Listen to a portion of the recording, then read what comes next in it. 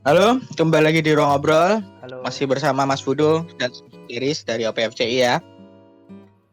Langsung aja, sebelum kita akan membahas chapter terbaru ini, sebelumnya jangan lupa subscribe yang belum subscribe, yang udah subscribe, terima kasih. Tanpa bantuan teman-teman, kita tidak akan bisa berkembang ya. Langsung aja kita masuk ke pembahasan chapter 1117. 20. Berapa? 20. 1120. Ya. Oke. Ini cerita sampul, Mas.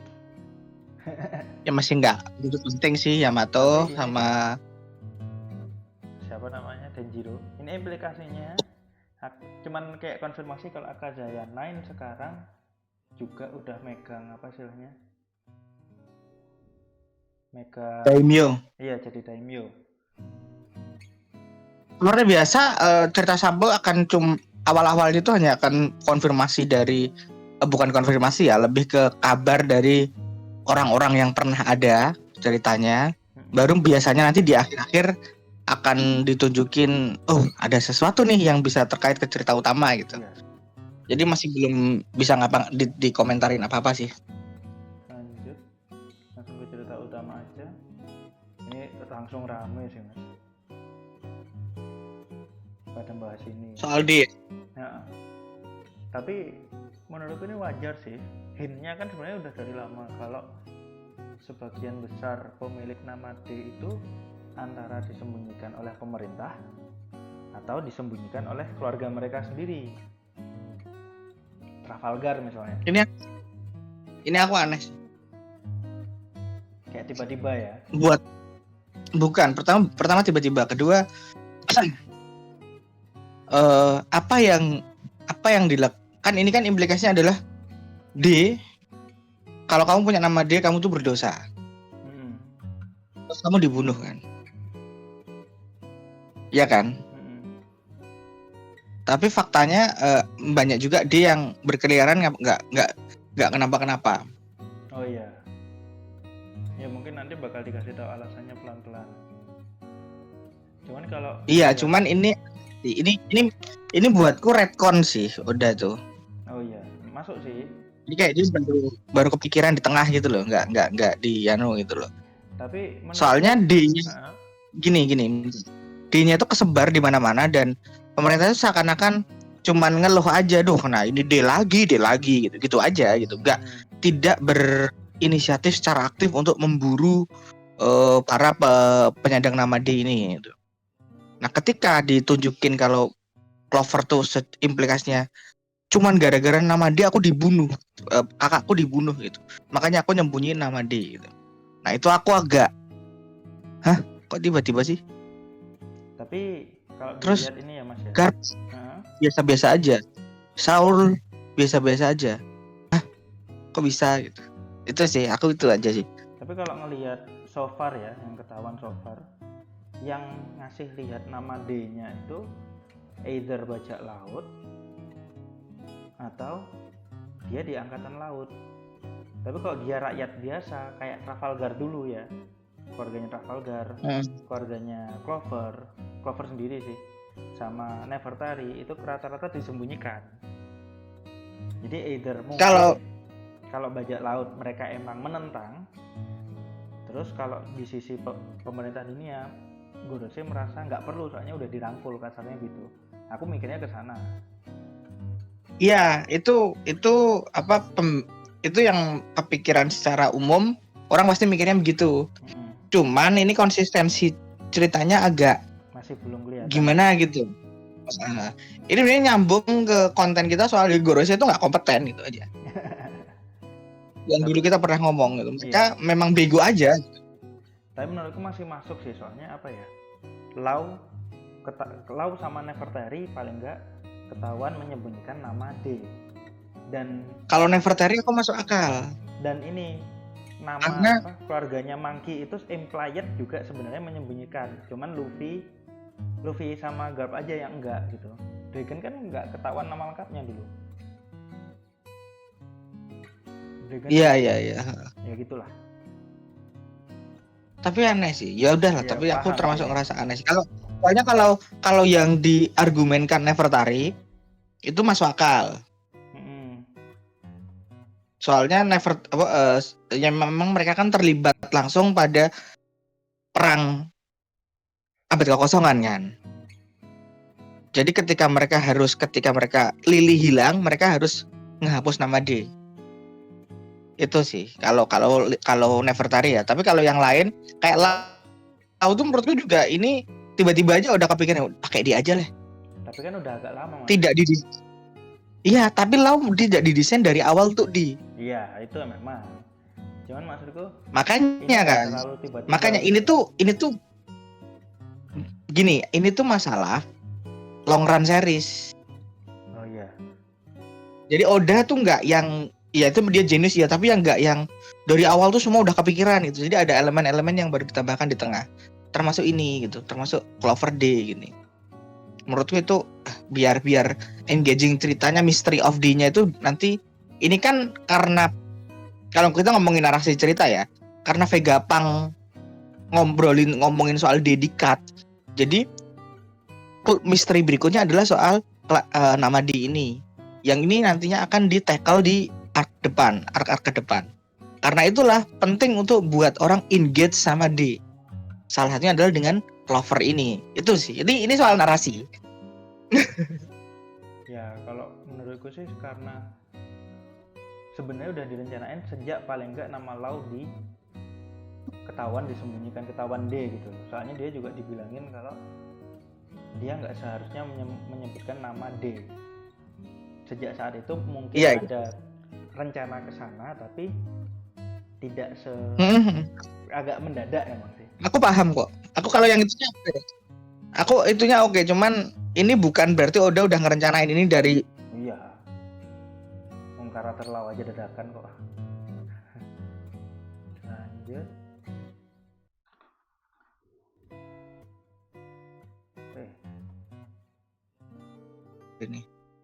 Ini ada siapa namanya? Oke. Aku pengen bahas ini dikit sih, Mas. Jadi ternyata ada, kalau lihat ini tuh kayaknya Numbers Kaido. Kok bisa? Lah, sosok oh iya, benar juga ya. Aku nggak notice deh. Ada sosok bertanduk ini aku nggak notice. Salah satu dari Numbers Kaido penelitian bikin Ancient Giant gitu. Terus naga ini secara desain beda sama dua naga yang kita lihat di Punk Hazard. Aku cuma mau bilang gitu aja sih. Iya. Lanjut. Ini sih Mas, highlightnya menurutku ini. Gimana? Kalau apa namanya? Tiba-tiba Atlasnya ngemukul Lilith.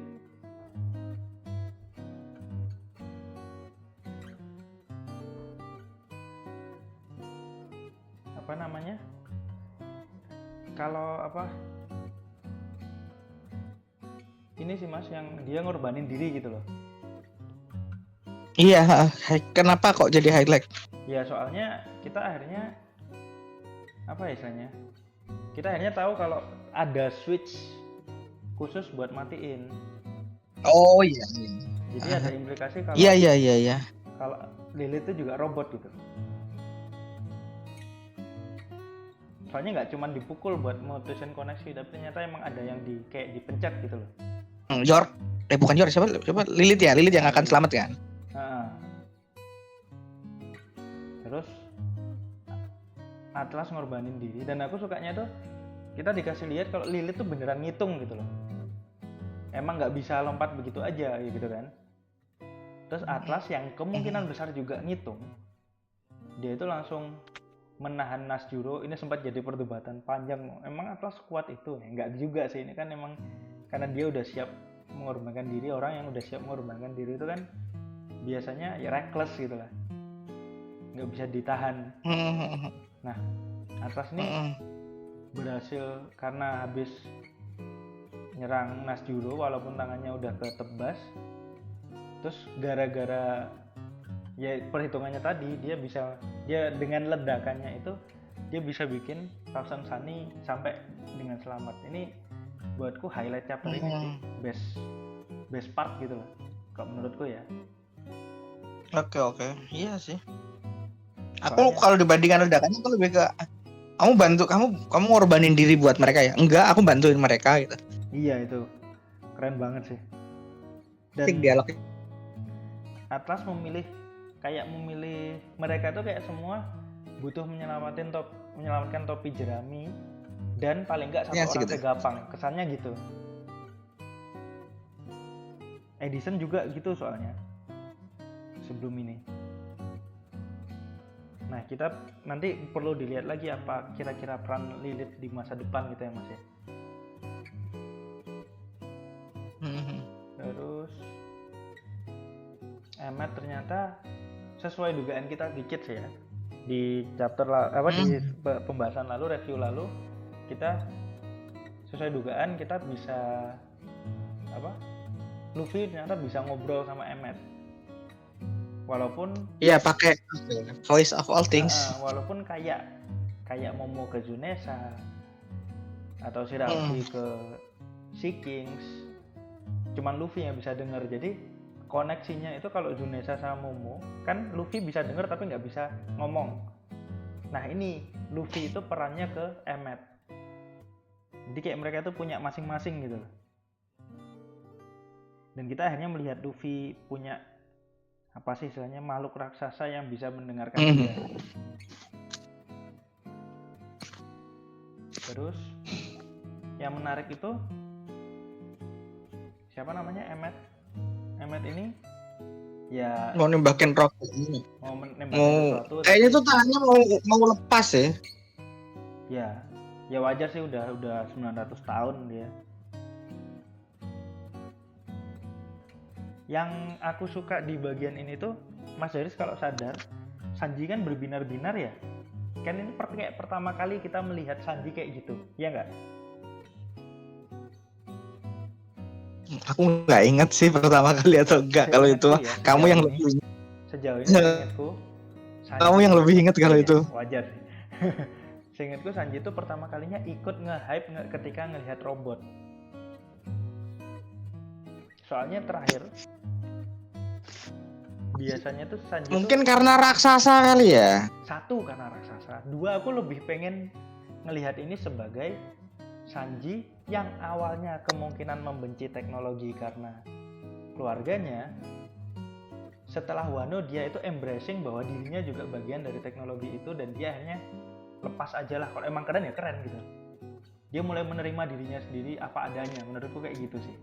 Aku sukanya gitu. Kalau aku lebih pengen mikirnya kayak gitu. Ngerti nggak maksudku, Mas? Menarik juga. Bisa juga itu. Soalnya kan arc Wano itu bagi Sanji adalah momen dimana dia menerima dirinya sendiri apa adanya. Dan dia benar-benar embracing bahwa dia juga Vinsmoke walaupun dia nggak suka Vinsmoke. Ya kan? Bahwa dirinya itu bagian dari ada teknologi sains dalam tubuhnya. Dia menerima itu, makanya setelah ini dia sama robot udah mulai excited juga gitu, kayak teman-temannya lain-lain. Aku suka sih kalau misalnya emang benar kayak gitu ya. Selanjut di bagian ini tuh lagi-lagi Saturn kayak sesuai ya, emang perannya di sini sih. Dia lebih terobsesi ketika ngelihat Kuma sama Bonnie. Aku suka ini sih, karena ini memberikan peluang untuk Saturn mati. Ya, kayak harus dihukum banget ya. Aku suka ini, entah gimana caranya ini memberikan peluang untuk Saturn mati. Cuman aku ngelihat adegan itu, Ani itu menegaskan bahwa bagi Saturn saat ini selain Luffy ada sosok bernama Kuma dan Bonnie yang menurut dia berbahaya untuk dilepaskan, ya kan? Nah, implikasinya kalau mereka berhasil kabur, ada kemungkinan bounty mereka juga bakal naik. Itu berdua. Sama Kuma bisa jadi sama Kuma, bisa jadi Bonnie doang. Saya Kuma kan udah vegetatif ya bentukannya. Iya. Tapi masalahnya Saturn itu bilangnya Kuma dan Bonnie di sini. Jadi aku ada feeling kalau bisa jadi Kuma juga bakal diperhitungkan gitu. Soalnya ada Lilith juga yang mungkin bisa ngebenerin tubuhnya Kuma buat jadi. Kalau buatku Kuma Bonnie itu cuma figure of speech, bukan. Ya tapi buatku itu figure of speech doang, bukan ke kemana-mana gitu loh, karena dia memang kesel sama mereka. Iya sih, bisa jadi juga. Cuman gimana nggak bisa dipungkiri kalau tingkat bahaya Bonnie udah naik drastis di sini. Kalau itu iya, kalau Kuma enggak. Ya Kuma yang enggak sih emang. Udah vegetatif gitu. Dan dia kan ngelihat mereka karena kan dia punya hubungan sama mereka kan. Secara kenapa yang dipanggil mereka? Ya simply karena emang jengkel aja. Masuk sih. Lanjut. Nah ini yang agak pengen ku bicarain.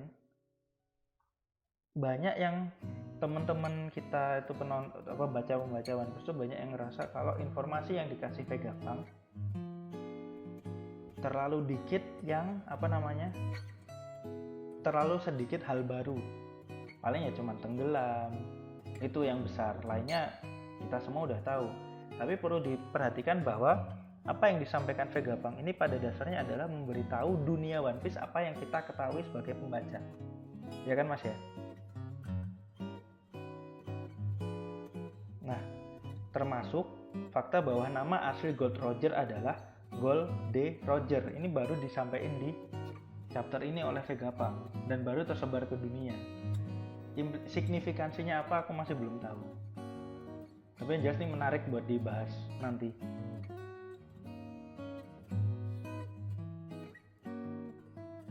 Terus bagian terakhir nih Mas. Gimana Mas menurut Mas Daris? Nah, ini cuman cool adegan keren aja sih. Iya, tapi ini kan Emmet bilang, apakah ini udah saatnya untuk ku menggunakan apa yang kan sebelum ini kan dibilangin sama Joy Boy kalau belum saatnya nih, nanti tunggu saat yang tepat, gitu kan, kurang lebih kayak gitulah. Nah, Emmet di sini bilang apakah ini udah saatnya? Menurut Mas Daris dia mau ngapain?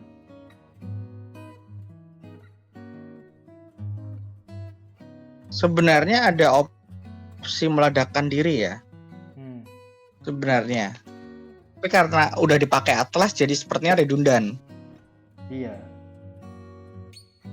Jadi sepertinya bukan soal bom sih ini, tapi apa ya? Senjata mungkin. Aku juga gak kepikiran sih, cuman iya pasti kalau senjata itu pasti, tapi seperti apa bentuk senjatanya? Yang jelas ini akan jadi game changer untuk itu ya, melukai Gorosei. Satu itu. Kedua, menurutku ini tuh akan ngehancurin Egghead secara total ya. Kayak apa? Total. Buster Call itu kan enggak lah, Buster beda lah. Lanjut. Soalnya gini, aku merasa Egghead ini harus hancur. Biar nggak dimanfaatin ya. Karena untuk tipping the balance gitu loh. Jadi bahwa York masih hidup, ya dia akan membantu untuk membuat Mother Flame baru ya. Cuman jadi nggak bisa langsung digunakan. Biar nggak. Karena dia harus bikin lagi deh. Jadi buat tipping balance aja. Soalnya Mother Flame ini membuat balance-nya rusak. Jadi teman-teman itu bisa ngancurin apa aja kapanpun dimanapun sesuka mereka gitu loh. Makanya apapun yang dikeluarkan Emmet ini aku nggak ngerti apa ya, tapi yang paling masuk akal sebenarnya bom sih. Tapi bom terlalu redundan. Tapi jadi nggak jelas apa. Yang jelas harusnya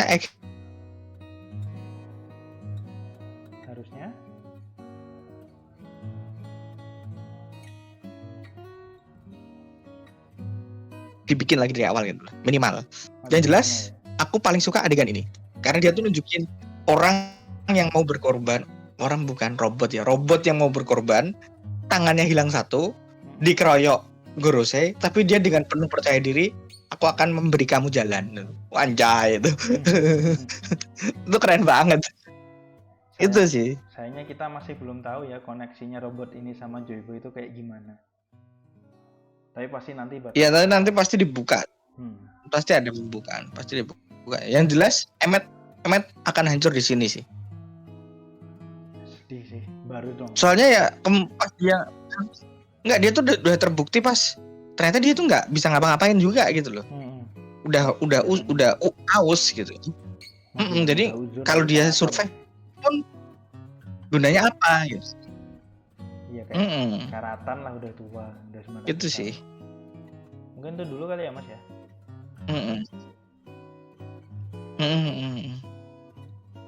Oke, itu aja sih soal chapter ini. Nanti kita ketemu lagi, harusnya nggak break ya minggu depan ya. Seingatku nggak break. Udah nggak sabar sih Emmet mau ngapain itu. Soalnya chapter ini kayak cuman udah. Kita tunggu lagi 2 chapter lagi, setelah itu break. Oke, thank you teman-teman, sampai ketemu lagi di konten One Piece selanjutnya.